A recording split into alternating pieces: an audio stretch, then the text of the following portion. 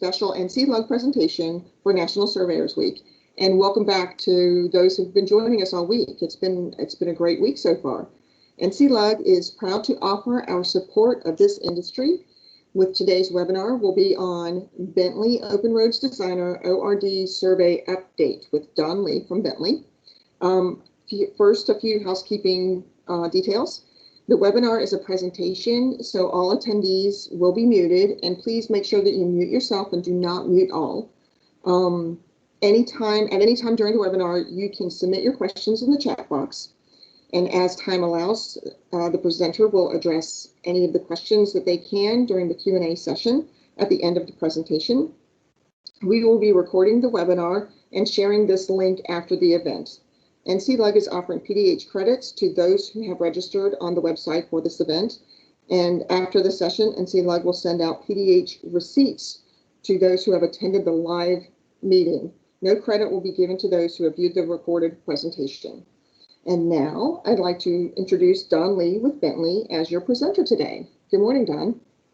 Good morning. How's everyone doing today? I'm going to go ahead and get my screen shared here. Let me know if you see it, okay?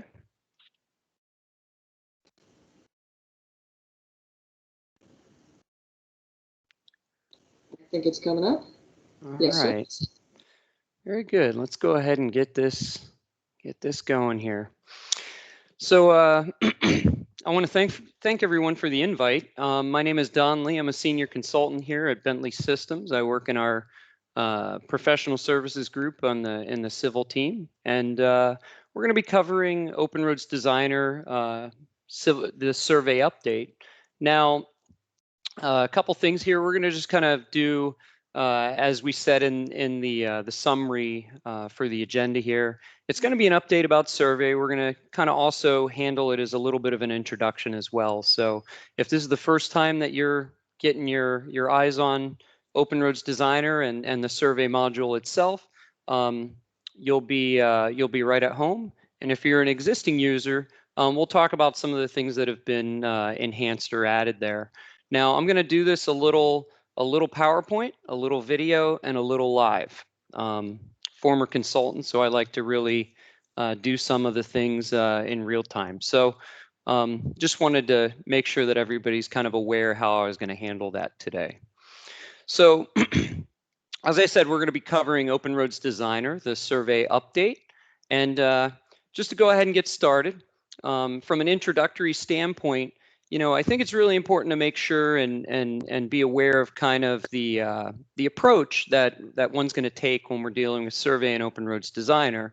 And it's really not that much of a chore. If you're a previous user of V8i, you've been using OpenRoad's technology, and you've been using the OpenRoad's technology civil survey specifically, you'll be very familiar with a lot about what we're going to show. Now, there are some enhancements, but essentially, we're going to start with creating a new file. We're going to talk about that new interface, as well as we're going to, you know, go ahead and import an ASCII point list file. So I'm going to go ahead and kick this off and go through the motions here. So if we take a look and we open up OpenRoad Designer, of course, we've got a whole new front stage here. A whole new interface. I think many of us, if this is our first time this is new, for existing users, it shouldn't be very unfamiliar. But as you can see, we can access our configuration as well as our work set. And as we do this, it loads up our standards. So when we go to create things like a new survey file, of course, for surveyors, we work in 3D, right? Very important to make sure that our files are 3D. And I usually tell people, you know, anything that's a field service, anything that's outdoors, typically is a 3D seed file. And if you're the person that enjoys air conditioning and sits inside all day, well, you're probably using 2D files when you do your work. So from a survey standpoint, we access that 3D file and give it a name, and we're right inside our DGN. So this is all workflow based. So if this is your first time in ORD, our approach is to access a series of workflows, and it allows us to kind of configure the ribbon. And the ribbon is a left to right progression. It's a series of tabs that allow us to kind of progress through a workflow that a surveyor may have to process their data, as we can see here. Now, each tab has got a unique collection of tools. Doesn't necessarily mean we need to use them all at all times, but it is progressive, starting from the left and then moving to the right. Now, of course, with this new ribbon, it might be difficult to find some things. So if you're having a hard time, you can access the element search there. So we can search for tools. And in this particular case, you can see if there's a command you just can't find on a particular ribbon, you can just key it in there, and we'll help you navigate not only your existing workflow, but all of the workflows across all of the ribbons. So of course, just like you did in SS4 or SS10, we still use Project Explorer to organize the survey content. So if you're onboarding now and you've been doing projects using the OpenRoads technology before, this should be very familiar with really no impact to your current workflow. We can access the survey tab in the section to where our survey data is, and just like it did in V8i, we have the ability to kind of branch out and dig into the survey data folder. So here we can expand on survey data, and we'll have direct access to all of that information. We can see the organizational structure here on how we manage that information, and we can take things like an ASCII file. In this case, we've got a raw file, open it up and have a look. And so this is just your standard, raw data file here. We can see this is just a simple TDS file, and we can see the shots and the codes. Of course, we're following our particular agency standards, and because we're in our workspace for that given agency, as long as we're using the appropriate field codes, when we go to generate our field book, we'll see that it produces our graphics. Now, it's important to note on the ribbon here, as we can see for that field book, we did introduce, tools on the ribbon. But if you're like myself, I'm a little classic on my approach here these days, which is kind of interesting because it's actually a new school way of doing things. But I tend to like the right-click off of Project Explorer still. So if you're familiar with that, you can continue to do that. If you prefer the ribbon, if this is your first time in the ORD and you want to use the ribbon, you can certainly go about it that way as well. So we give you options here. Now, as you can see, we created a field book. And when we create the field book, we can actually look and verify through our standard properties dialog where all, what kind of assets are currently in there. It's empty, as we just saw. Now, when we come through here, we can access that field book, and we'll be able to see all the different points, lines, control points, setups, etc. that we might have, as well as it'll organize all those raw data files. And with something like a simple drag and drop, in many cases, we can pull that right into the tree as well, making the experience a little bit easier for building our survey. So definitely a much more mature, probably much more efficient manner than what we had if we were a previous GeoPack survey user. As we can see, our symbology is now created. So all of our shots, all of our line stringing, all is reflected against our agency standard in this particular case. We do have the ability to use the text import wizard. So of course, we can actually map and grab some information that might not be formatted to the agency standard. Maybe we have to rectify it a little bit or transform it. We can do that. As you can see, as we draw in things, errors are very apparent. So here in this case, the culvert was actually not the appropriate code, and we'll indicate that by just making it red. So very easy to detect when errors are found in the processing of the data. Of course, everything in here now is an enhancement. We use now decorators or decorations to assist us in kind of understanding some of the points. So here we can turn on some of the decorations like the name, and we can see that those just appear on screen. Now, it's important to note that those are preference-based. We can change the color, the orientation as far as where they are located around that shot, allowing the user to kind of configure it to fit their particular needs. So, of course, these are not permanent labels. So these are here to assist you in understanding the data. And as I said, we can go to this backstage here and go to our user preferences. And for those that are familiar with the editable handlers in OpenRoads, we also have survey decoration control under the view option civil. So as you can see here, we can set different colors. If maybe blue's a little too dark, maybe brighten it up. If elevation color, same thing, a little too dark, you can brighten it up as well. And we can go ahead and make those changes to fit our personal preference. So that is not something that necessarily has to be governed in a traditional CAD standard sense there. You can adjust it to fit your needs. So how did that all work? Well, there's a little background on this. We actually use the survey chains and have introduced this ability of making them smart. So we use the linking codes that we traditionally are familiar with as surveyors. We can go out there and shoot our code and then take that particular code and add a linking code to it, and we'll actually interpret that information. So we can also do multi-code line stringing. So in this instance, you can see we can have and support multiple line strings like gravel. And so when we say they're smart, what are they? Well, we can use these elements with the element selection tool, and like everything in OpenRoads, with element selection, when you select it and you see editable handlers and grips, it usually means there's additional civil business information that's associated to it that we can leverage to kind of get that additional control over that element. Of course, we can edit those with the edit attributes and make some finer refinements if we need to on those particular elements. Now, the details dialog. This is going to allow us to review data and essentially make large mass edits. I use this a lot myself if I'm grabbing a whole collection and maybe I need to lift the entire survey up by a foot. Maybe there's an adjustment that needed to be made. We can certainly do that en masse. It is a live dialogue, so as we make those edits, things change immediately within that design environment. This is exclusive for surveyors within the survey tool set. So this is a details tool that's listed under the survey ribbon. Now, this does pair very well with Explorer, and it allows us to essentially have many more options for editing data, given that there's an additional complexity to the elements as they are captured from the field. And of course, there's also mathematical operators that we can use. So definitely a little bit more control there in that environment. So if we take a look here and we go in, the details dialog, it's nested up there in our ribbon under the Analyze tab.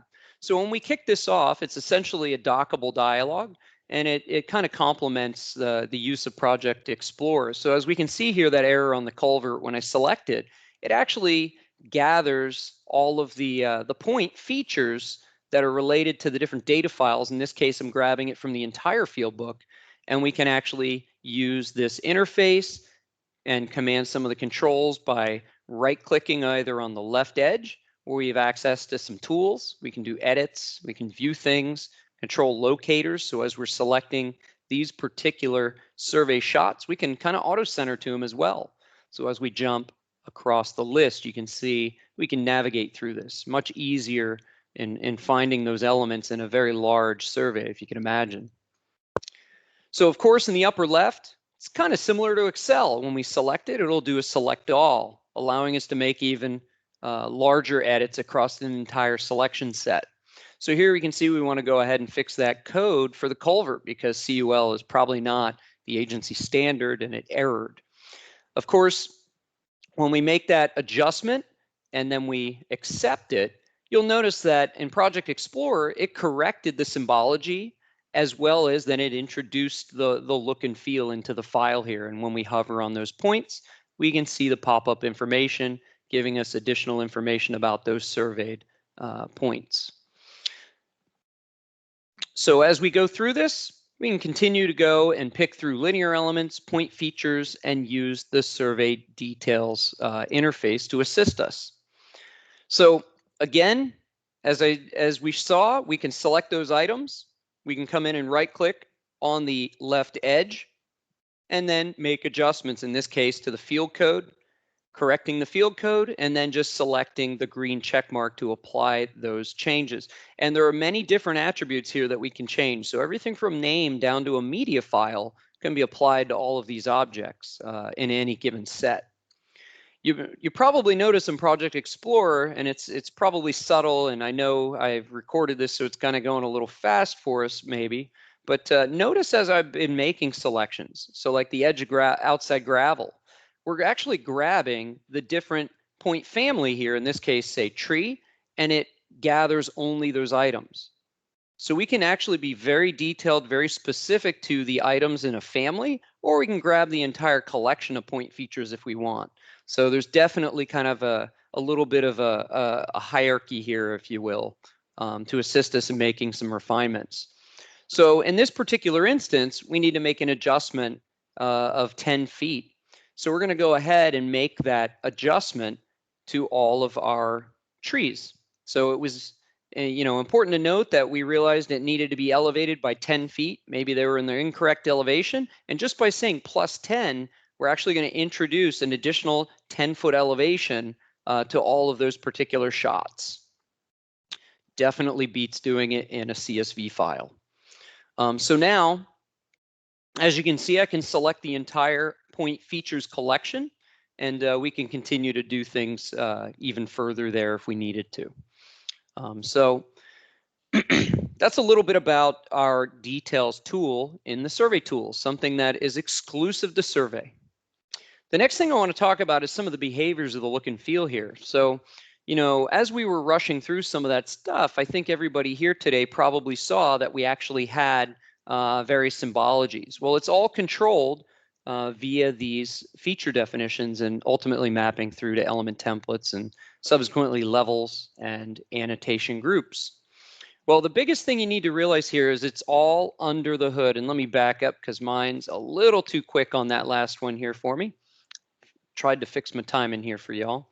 But what I want to point out here, and let me pause the video here just for a minute, is that in here, this is going to set all the visual aspects. So if we take a look, that traditional survey, oops, did it again, that traditional survey that we were using with our previous products, the Geopack or Inroads, well, we're replacing the XIN and the SMD files that you guys probably recall. And we're replacing them with the concept of feature definitions. This is in line with everything else we're doing in Roadway. And I want to point out that the feature definition is pretty much the brains of the symbology here. What this does is determines what it is, and then the element template plays a role, or the feature symbology, in how it looks.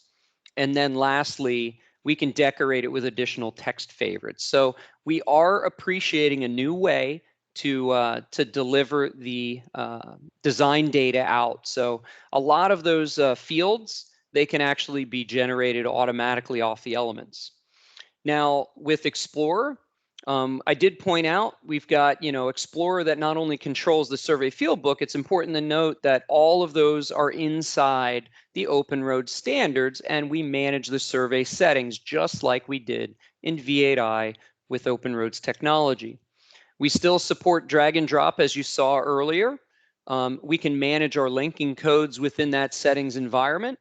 And we can also introduce some additional terrain settings within it. So perhaps the moment I bring in that raw data, we can generate that that terrain for you automatically based on some necessary information there. Maybe you always want a boundary created. In addition to this, we can control the adjustments through this experience. And of course, now there we go. So I kind of wanted to run through that. I know I played the video a little fast for some of y'all. What I wanted to really do is kind of just get in under the hood as well and just take a moment to do a little bit deeper dive. And as far as the update is concerned, I kind of want to touch on that for a moment here. So let me end my slideshow. Every release of OpenRoad's Designer, we're going to constantly include refinements and improvements to the application, as everyone's well aware. I want to talk about a location you can actually access to get there. So if this is your first time accessing in Connect Edition, we can go out to docs.bentley.com. I tend to go directly to docs.bentley.com myself. I could use this through the application. However, for many of us, sometimes we don't want to necessarily have an application installed just yet. We want to know what it's going to introduce. So to add on to the update to survey, I want to dig into the library here. So that's docs.bentley.com. And when we access docs.bentley.com, I'm looking here at my civil design category here. As we kind of look down for the particular application that we're working with, in my case, I have OpenRoad Designer, I just want to introduce that we actually do include the various help documents for each release. And so if I go ahead and open this up, we can also, on a per product basis, we can actually open this up and actually see what's new. And so I just wanted to touch on this because for some of us, we might not be on release 2, we might still be on release 1, or we're considering going to release 3. I think it's very important to note what's available and what we've added. Sometimes there's a new feature, an enhancement that you definitely want. And so in this particular case, I'm not going to read all of these off to you, but you can clearly see that Survey introduced a series of improvements as it relates to just Survey. Now, of course, OpenRoad's technology and Survey all relies on some common items. So some of the general items, as well as some of the geometry that surveyors would also leverage, there's updates in there as well. But for today, given the topic, given the purpose of this presentation, I wanted to introduce just this section dedicated to surveys. So we can see we added the ability to change the combined scale factor before we import data. There's also an enhancement to the Explorer tree where we made the red a little bit more bold. It might be a little bit easier to see that things are missing. And then we've also improved some of the best match functionality to find those matches a little bit faster. So definitely just a couple improvements there in that release. And also worth pointing out, we can back up and take a look at the next update. And once again, maybe I'm considering going to update 3. And if I had a concern, I'll go to the what's new. And you know what? It turns out we added a civil survey photos folder configuration variable. So this configuration variable now has been added so we can define the path where those images from the collector, where we're actually taking maybe some photos, we can actually present a folder path for where that should be expected for processing. So this way, when we do shots and we have actually taken a photograph as well, we can actually then reflect on that with the media section of our field book. So just a enhancement there. So if you're an individual that was struggling with that, might be a reason to consider, release 3. Of course, there's lots of other new features in every release. So I usually point users to this because we tend to overlap different roles and responsibilities. So of course, if you're somebody who wears a lot of hats, I really welcome you to come out here and go to docs.bentley.com, look at the different releases, and it might just justify a reason to move to the next release. So definitely some valuable information in here. And yes, you can access it with your installed product, but it's worth pointing out it only opens the help for the version of your installed product. You would actually have to kind of look at the HTML and shorten it a little bit to kind of get to the library. So that's docs.bentley.com. So what I wanted to do is then now take a moment and address certain areas of interest here within the survey. So I'm actually going to come in, and just like we did on the video, just a little bit slower, I'm going to select my training and examples workspace. I'm going to go ahead and select, of course, a really good place to test is our training Imperial. So if you're trying something out new and you just want to see how it was intended to kind of work from Bentley's perspective, this is really not a bad place to play. Now, when we access that, we're actually accessing our out-of-the-box standards, as many of you may be aware of. And so things like creating a new file, we're actually looking at our internal seed files as delivered with the installation. So like I said, when you're just getting started, this could be very handy with trying to understand what's in your how your tools work and what's available there for symbologies. Maybe get some inspiration if you have to make some enhancements to your existing standards. And so I'm just going to open a file here. And in my particular case, I'm just going to open a survey file. And when I open this file up, as we know, if you update your software, there are instances where we will prompt you to do a civil file upgrade. This is going to enhance that internal schema of the file, allow us to kind of see additional parameters and in many cases give us a little bit more fidelity or information on our data just in general. So as this opens up, we can clearly see it's going to load up into a ribbon-based environment. And like I said, if you're coming over from V8i, don't be afraid of the ribbon. It's definitely a cleaner, lighter set of tools. For an old guy like me, I can tell you that I'm still able to traverse this stuff pretty well. Coming from the old toolbars and digitizers long ago, even I can make it through it. So I think everybody else will be fine. So we're going to load up those libraries there, as you can see. And as we get in here, we're going to get presented with our user interface here. So I am in a 3D file because survey, it's a field service. We do things out, outside, outdoors, on the planet. And so for that reason, very easy way to remember, surveyors do things in 3D, construction does things in 3D. Maybe the in-house guys doing roadway geometry, that's going to be more traditional 2D, just like they have a drafting table in the office from long ago. So try to think of it like that to know what seed file to use for purpose. But I am in a 3D file. As soon as we're introduced to the ribbon, it is workflow driven. So I can simply come down and select the survey workflow. Now, when I select that survey workflow, it immediately updates my ribbon. So in the case of my ribbon here, we can see that there's progression from home all the way over to help. Now I'm using release 3. Release 3 adds a few extra tabs, of course, as we advance our solution every day. So you can see there are some new capabilities that in some cases have been added. But in all cases, I can jump over to the field book, and this is very much the same as it was before. And we can actually see here, we could start by using the ribbon to create a new field book if we'd like, or even maybe delete an existing one if we changed our mind about it.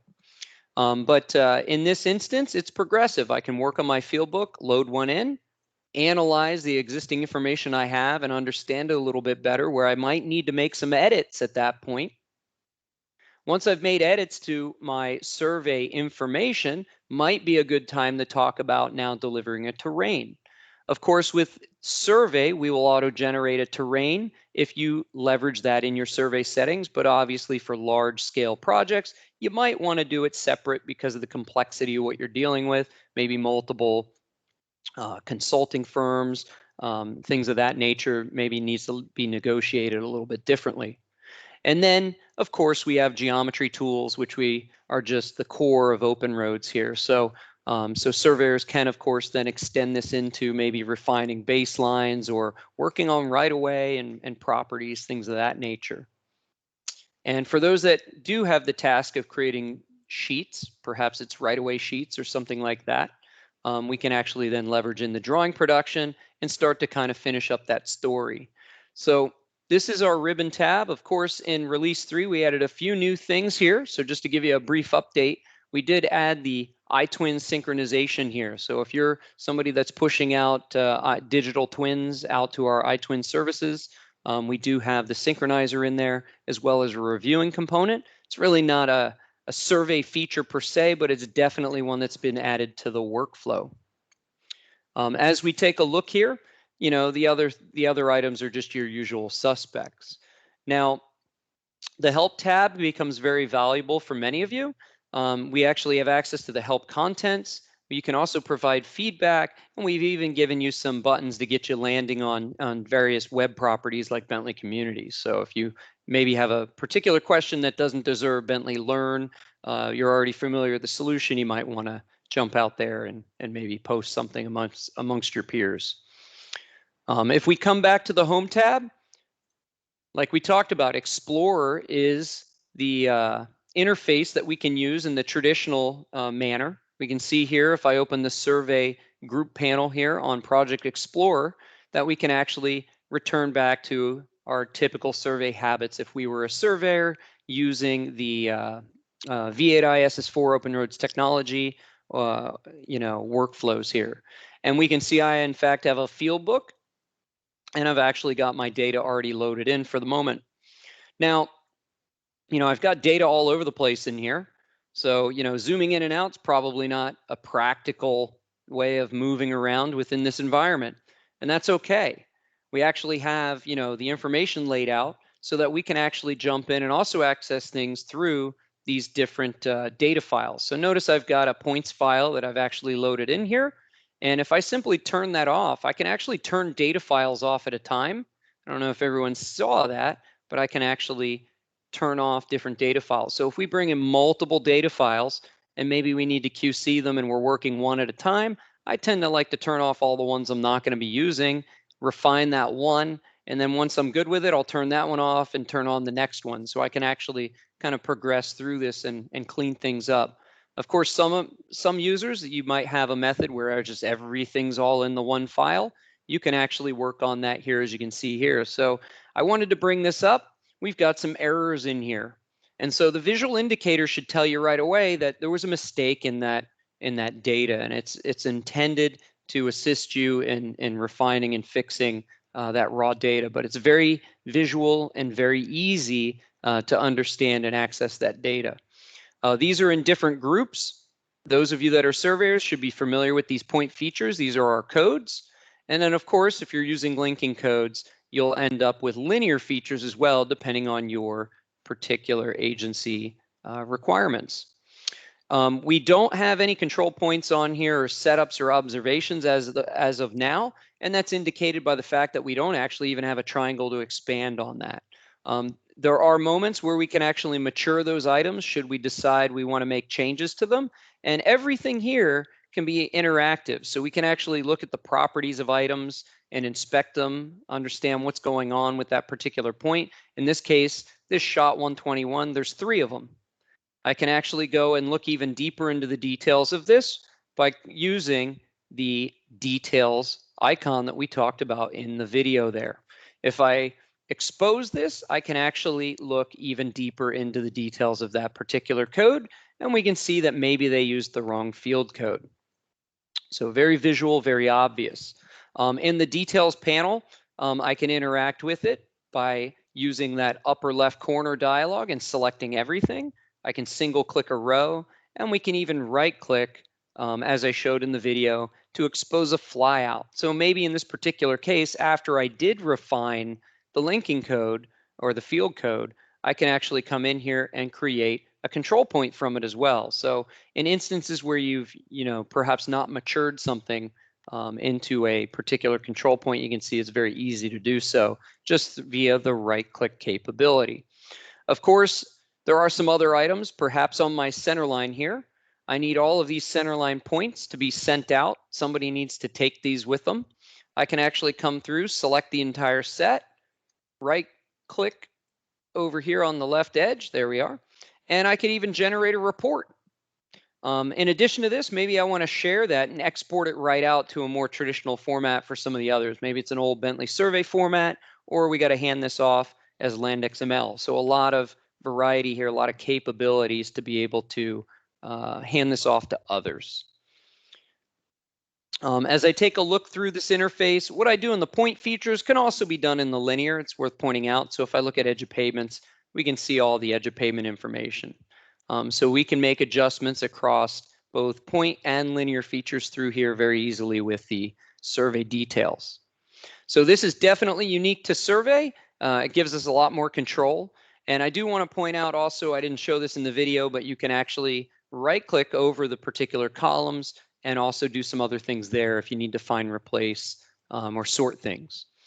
So a lot of capability here. So I can filter into a particular points file into the actual points features, or we can look at the actual family of linear features or the specific one. So I'm just digging down and then, trying to understand the data that, check that data, see what I need to do with it. Maybe I got to clean something up or refine it. Maybe I was asked to put descriptions into it. So in this particular case, maybe this channel, I needed a description. I can come through, select everything, right click on the left edge, and then just by using the edit selected items, I can navigate through here and choose that particular category I want to change. So in this case, I want to put a description, and for today, this channel, we're going to call it NCLUG. When I put in NCLUG, and let's just call it NCLUG 2021, and I go ahead and put that in there and I hit the green button, we can see immediately the description's been added to all of my channel line work. Now, if I need to chase this and find where is that particular line string element, when we right click on these, we actually have the ability to play with a view control. So we have the ability to show a locator, auto center an item, or even center the entire selected item. As you guys can see, probably right on my screen up above, I've got a beach ball, as I like to call it, right there on the top. And so if I zoom in a little bit, kind of hard to see that. So maybe I want to adjust the colors to this a little bit. As well as we can see some text decorations here. Well, this is all controlled, this experience, through the backstage. So one of the first things I recommend a lot of times when we first start laying out our tools to begin our work is also to affect that user experience a little bit with the visual aids. And so I'll go to the backstage here, or the File tab, navigate to the settings, and here we can go to configuration.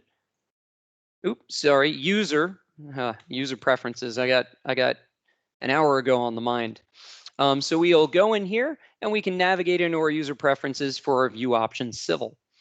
We talked a little bit about those manipulators in the past if you've been in any of the other OpenRoads discussions, and we can see we have controls there that we can affect, but there's also areas for the survey decorators, as well as some of the other survey checks that we can make adjustments for.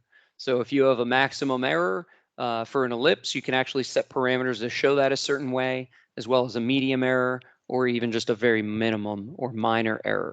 So we can set up different visual controls there. I certainly encourage you to select colors that are meaningful and easy for you to see. Maybe my magenta color just not really working out for me, and I need this to be white perhaps. I want it to stand out against my black background. And maybe the transparency is really affecting me, and I want this to be just a little bit, more or less transparent. We can go ahead and change that. So making adjustments like this is unique to you, the user. This is going to be your user preference. And when you accept this and return back, now notice my little beach ball is a little bit easier to see within that dark environment. So we definitely allow you to ways to manipulate that experience there. So much easier to see even when I'm zoomed out of where I'm actually at. If I select a different channel, notice that beach ball jumps off my view.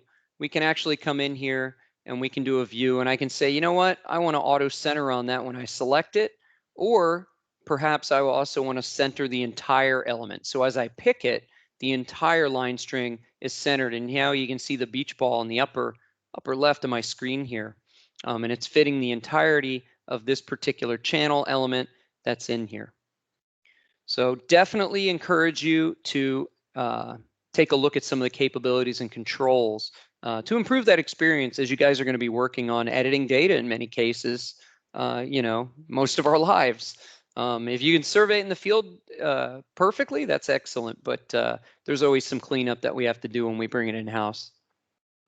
So this is our details tool. We can continue to dig through that, but a lot of this symbology, as well as these decorations, the decorations controlled through that backstage.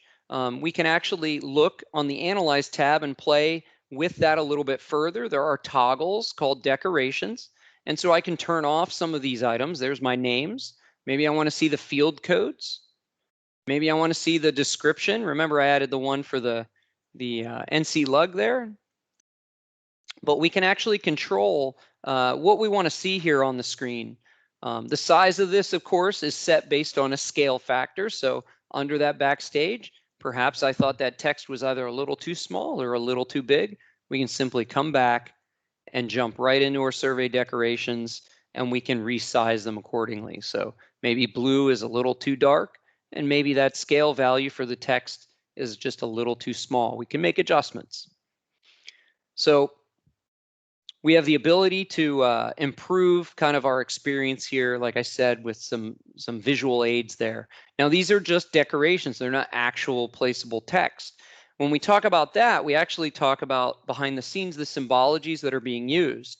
And as you can see, when I hover on elements, in this particular case, I believe there's my, nope, not there. There it is, my channel. You can see that I've got a description in there. It immediately took that description on now, NCLUG 2021, and we can see that there on the particular element with all the pop-up information. And it's very important to note, if your roadway users or your downstream customers, if you're a surveyor, are receiving this file even as a reference, when they reference your data and hover, they can get this type of information, which can be very powerful because perhaps hovering on a point, they need to know the northing, easting, and elevation. So this information does propagate through the files via referencing, so they don't need to be in your file to edit. But let's talk about that symbology and how did we come to that? Well, it's all driven with the OpenRoad standards here, as well as it's driven by the survey settings, which are also under the OpenRoad standards. So as I brought this in, it knew how to parse the data and generate our points and line strings. Not only that, but it knew what symbologies to grab. This is all made up just like all the rest of our BIM information, our BIM standards here. It's DGN library based, so as we expand on our libraries, you'll see that our survey libraries are also there for our features as well as our survey settings. And so I'm going to look because I'm sure there might be some questions. So as that's chewing and trying to pop out here, let me just see if there are any questions, and I suspect there may not be. Yes, and yes, okay, we got a few in here. Very good. So one of the questions I think for NCLUG, looks like Patty answered that. You want to go to nclug.com if you want to get these recordings, and it'll be posted on the website. Another individual asked if there was going to be an email sent out with the links, but it looks like that's more administrative on NCLUG's side. But yes, as Oak has pointed out, you know, he's asking, does docs.bentley include bug fixes? We will show what gets resolved on there, but of course, you know, bugs, I don't think a lot of us like to see a big long list of bugs. We tend to fix features, we tend to enhance things, and we'll talk about those. If it's something that's very, you know, behind the scenes and irrelevant, typically that doesn't show up on there. So it's more user-facing things that we will post in there. Now, one individual asked, it looks like Brian asked, I've noticed that if a point gets deleted off the screen in ORD, it's deleted from the field book, unlike in MicroStation or AutoCAD where it would still exist. Was there a reason for this? Well, so as you're removing things, it depends on how these items are created, but there is a relationship essentially between your field book and your graphics. Now, there are a couple of capabilities out there that users are unaware of, and it looks like my OpenRoad standards opened here. So let me access that, and then I'll answer that question completely for you. So as we can see, we also integrated the survey standards. So the SMD and the XINs are gone, and we now have replaced them with their own feature definition file. We can see that in this case, we've got, you know, standards to set our existing boundary. And this is a feature definition just like it would be in civil. So we're using the same style, same look and feel, but we're including it with the survey data, as well as we've got all of what you guys would call your features, your codes. So in here, you can see all of the different elements themselves. And so each of these is going to have some properties to behave a certain way. So in this particular case, I'm just going to go ahead and pick on edge of pavement. And so we've organized that under roadway. And if we come down here and have a look at our edge of pavement, we can clearly see that when I select it, it then populates my properties dialog. Now, I've already had the properties dialog docked open just for today, but we can see details about the feature by the name, the description, as well as a naming seed. As it goes to bring things in on its own, it's going to determine what those little points are going to be that it needs to take. And so each of those in this particular case, if there's not a name available, it just uses PVT in this case. In addition to this, we can have behaviors applied to those elements. Of course, an edge of pavement's a linear item, so something that's shot, we probably want that to automatically be included as a break line. So those behaviors can be carried forward, as well as you can see the zone and alpha code here. This would be your field code is applied here as well. So we've got parameters for that. So that's more of the logical behavior. Now more of a physical is behind the scenes on a feature symbology for that element. So I'm going to kind of scroll down a little bit, and because the symbology deals with how it looks. So underneath our feature symbology, once again, we've got a category here for the survey feature definitions, and you can see that we've broken it up into the primitive elements that we need in order to satisfy building our surface. And so in this particular instance, we've got our linear element, and you'll see here if I just navigate down through that similar folder system that we had just a moment ago, and I come in, I've got my E-road, and you're going to see that this is looking for E-road edge of pavement. So even though the feature definition was called edge of PVT, it's grabbing a different name linear symbology. Certainly, you have options. We tend at Bentley to build them kind of the same, but at the same time, that's not stopping you from doing something a little different there. So you do have some options. So if I go find E-road edge of pavement now and select it, we'll see there are additional parameters on how it's going to look. This is accessing one of our MicroStation element templates, as well as how it's going to behave in different aspects. So if I use a profile intersect point on that edge of pavement, maybe I want to see a little circle, a little marker, because I'm a roadway guy and I want to maybe tie into that so I can build a rule or a relationship around it. Of course, survey's 3D, so you're going to see that we've got some capabilities to annotate these items in a 3D environment. So we'll more on that in a moment. But let's go take a look now real quick at the point.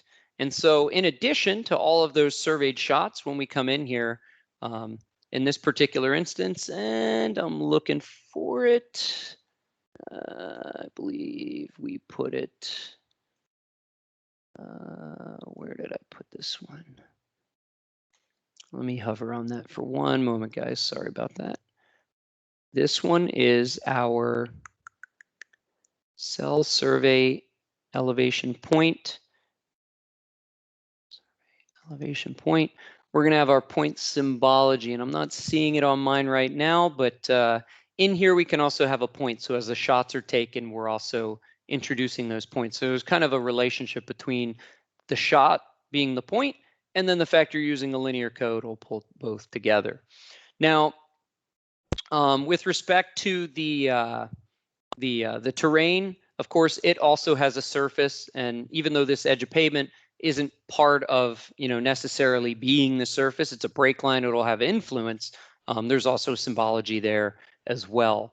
But this information, this edge of pavement, actually already has text on it. And just to share the fact that it does, I'm going to jump ahead here for a moment, and then I'll show you where it's coming from. I pointed out it's got an annotation group on its element. If we come over and we actually say, I want to annotate a element, I could do the whole model, but probably take a little bit and be really messy. Let's just come in and be very bespoke about this and surgical. And I'm going to use an element annotate, and I'm just going to select, in this particular case, that simple edge of pavement and reset. And when I do that, depending on my scale, of course, I'll be introduced with my label. And I think I did it again. I picked the wrong one to show you guys. Sorry about that. Let's just pick another element here. So each element is going to have the ability to have an annotation group. Let me check my scale, might be a little small here. So let's bump it up. And so as I resize my scale, notice all of my items, the point sizes have actually scaled. They are using annotation scale. But if we come in and we do element annotation and pick on a particular item, assuming this is annotated, yep, no text on this one either. So let's take a look at my edge of pavement and see what's going on there. So my edge of pavement that we were placing, it's going to use these different symbologies. And if we dig down the list here, we're going to see in my feature symbologies, we actually have a linear item.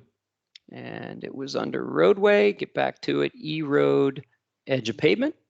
There's a category right here for my 3D annotation, and it's saying to place a linear feature along. So if my annotation group, and I chase this down, we can actually see what in fact is actually being done here. So looks like it's, capturing things, but it might be in my common here.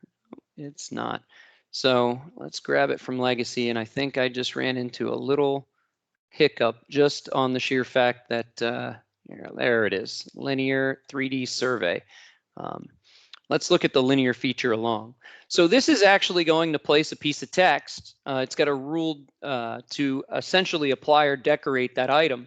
And if we take a look at the annotation list here, and I select inside of here, this is all CAD administrated in many cases. Your organization will usually govern the look and feel here, but what it's actually going to do is describe that element. And so in this particular case, there's very specific standards for where it's going to be placed, how big it's going to be, and what kind of MicroStation text favorite it's going to be leveraging. And so in this instance, and just to be messy, I'm going to annotate the whole model and see if we get anything. We'll probably get way too much text, but that's okay. All right, so there we go, concrete slabs. So just by labeling the entire file, I decorated every possible candidate element, probably overkill, but if your organization is very detailed and thorough about what elements should and shouldn't have text, this can be very useful. And it's worth pointing out it's dynamic. It's actually describing and using that description based on the information associated to that particular item. So in this case, concrete slab, it was pulling that information and saying whatever that's called, if it's called concrete slab for the description, place concrete slab for the name, which is why edge of shoulder appeared as edge of shoulder and not concrete slab as well. And so in this particular case, you can see that we can leverage all of that text in there. So I will point out I do things live, a bit of a risk taker. So I had a feeling it was going to work, just was picking on the wrong item. And so in this particular instance, we can see a little on the backstage of the symbology, but what about the behavior for bringing these elements in? Many of y'all, if you were using Select Series 3 and later in V8i when we introduced OpenRoad's technology, you're probably familiar with the survey settings, and really not a lot's changed. But I do want to talk about one update that a lot of users tend to kind of trip on, and that is as we introduce the settings, we may be introducing compliance with other industries, right, or different vendors. So in this couple updates ago, we introduced TopCon's magnet file type. And so that particular file type, you may have to update your survey settings if you want to get the latest support for TopCon. In this, we get a breakdown structure, and it's pretty self-explanatory. In some cases, we can create a log file. I love doing that because I want to make sure that, maybe I don't want that road guy in my file making changes. We can actually record that. And this is also important to kind of answer the question about the point deletion. We'll actually have a log of where it was, who did it, and have a record of that. Of course, we can regenerate those in many cases as well. Worth pointing out, underneath our analyze, we can redraw content back in. And so we can force a redraw of all the survey data to answer your question as well on that front. But we can also handle the data a little different. So as we get notes, we can apply them to attributes or descriptions. And this is really just kind of the master. It's setting the control over the whole survey experience. Are you a surveyor that maybe wants to go out and shoot a culvert and just shoot and measure? Well, you can take a couple shots, measure, and if you had a VBA, you could help introduce those additional shots and information there. So just a little example there. We also have some macros out on communities that'll help you with rotation of items, things like that, if you want to bring those in and have them automatically rotate. So more on the communities. But here we can see how we control the points, how we generate those points coming in, and how we handle linking codes. And I'm not going to read all the linking codes off today, but I am going to just open this up so you guys can see here, in fact, are all the codes, whether you have the standard linking code that we support or the alpha codes, which you could even abbreviate and fit those to your liking. Or maybe you're somebody who uses numeric code. You can set those up as well. If you want to restrict behaviors from users and you don't want them to use a particular code, a linking code, you can actually turn those false and manage that so they can't actually use them. If you feel you've made a mistake, I always encourage you to come in and do a reset, get things put back to out of the box. We can handle a lot of different behaviors here with our linking codes. So perhaps we want to support the best match instead of, CULV being so explicit. Maybe CUL is going to satisfy and be close enough to put the culvert in. We can change the different behaviors on how these points work. They can actually be managed by the field book, or they can use what's called a link list feature that gives us the ability to kind of have more of a traditional methodology. So if you're a Geopack user and you're more comfortable with, editing the point list and having a little bit more control, we can downgrade those. If we take a further look here on the data file parsing, maybe your organization wants to restrict the type of file types you bring in. And this is where I referred and recommended the TopCon magnet. If we look in here based on the file types, TopCon introduced that magnet XML file. So if your organization doesn't have that, you may have to do a reset or maybe set up a new line item based on our out-of-the-box standard and introduce that in should you be a TopCon user. But definitely this controls what a user can import and gives you kind of more of an administrative measure on that to manage the field book generation a little bit better. If you want to do adjustments, we have all of those values right in here in one spot.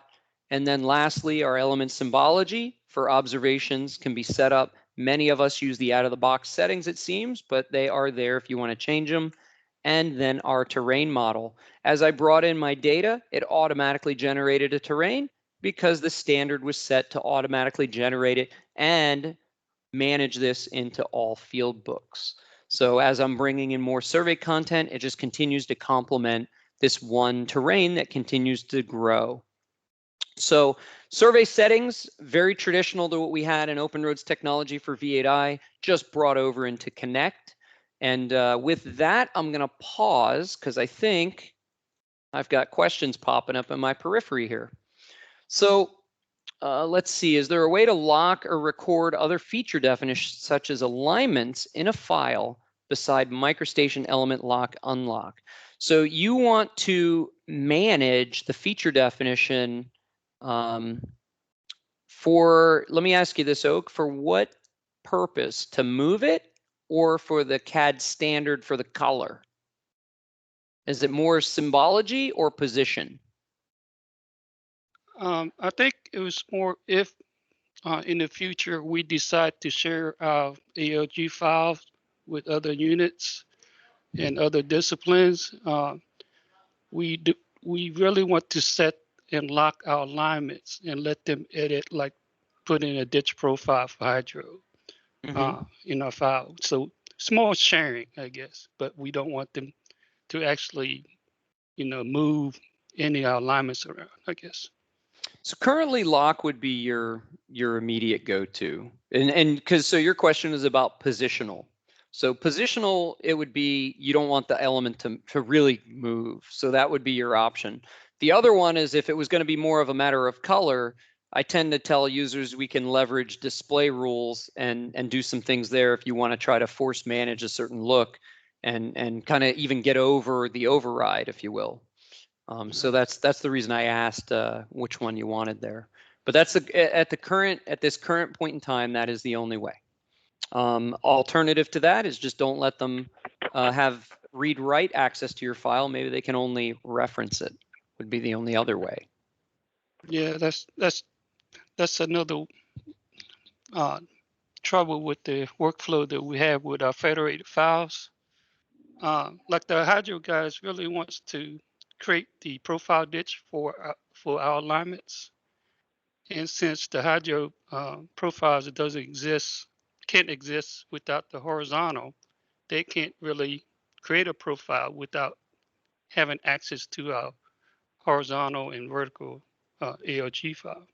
Sure. So there's a couple options that you can do there, and really just, there's some workflows that need to be discussed. When we talk about that, that's more of a geometric comment. So you do have the ability to do your offsets and tapers. If they want to follow that geometry exactly in the same spot, you could just do that. They would basically trace it through another file builder rule and relationship so it's dynamic, but give themselves the container to actually generate the profile that they're wanting. Yeah, I think we were working with Joe on this. It's just, our horizontal alignment lives in ALG, and the ditch profiles, needs to go in the same alignment file to have the same stationing. And right now we can't do that. I think they're working on that. So my other answer for you on that one is, because I'm an old Geopack user too, is think about it when we used to do special ditch profiles and criteria. Many of us used to run criteria, do a first pass, and then if, you know, some of us would actually capture the daylights or the ditch points or whatever, and we would use our cross-section reports to actually build and generate those kind of ancillary horizontal and vertical geometries into the GPK. And so if you think in that sense, what they might want to do is draw where they want their ditch, where they think it needs to be in 2D, start drawing how they think it needs to look vertically, and just use that as almost as like a Geopack special ditch profile. And so it marries into an old workflow they might be familiar with as well. So definitely might be a better option than just trying to put it all inside of the roadway geometry or something like that. Yeah, well, we can discuss that. I think that's a good a workflow there that we can try. In that instance, Oak, sometimes I like to think that old school can be the new school too. So, yeah. So let me see. Anyone else? I am looking. I am using 10.9, by the way, release 3, for those that were asking. And looks like AutoCAD version using the same. I don't know. Anyone else? Any other questions? You know, certainly you guys can email me as well, and we can take this further for anyone that wants to ask more questions about this. I wanted to jump in here, kind of do a quick overview of the interface and some of the improvements we've made here. There is plenty to talk about in survey, but actually I will say from my experience, I think they've dialed it in very nicely.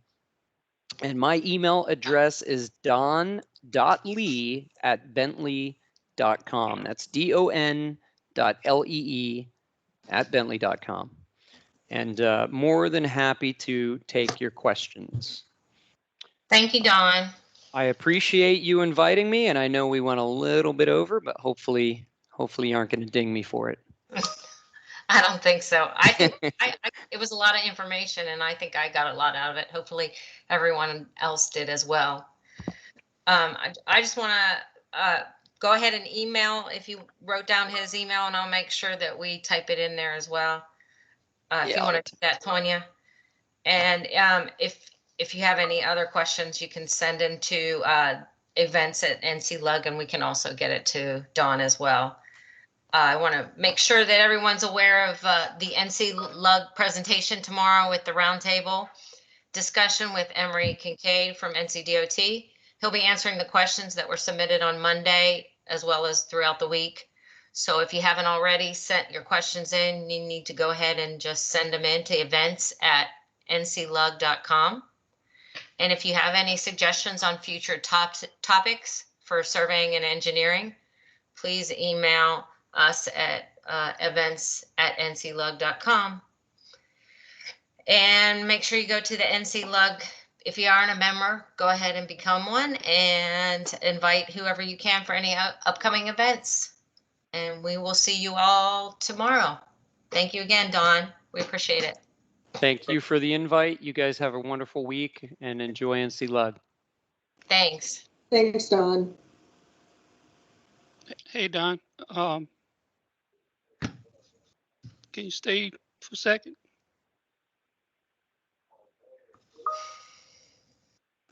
Okay, I think he's already gone. Yeah, he's probably gone. Okay, I'll just shoot him an email.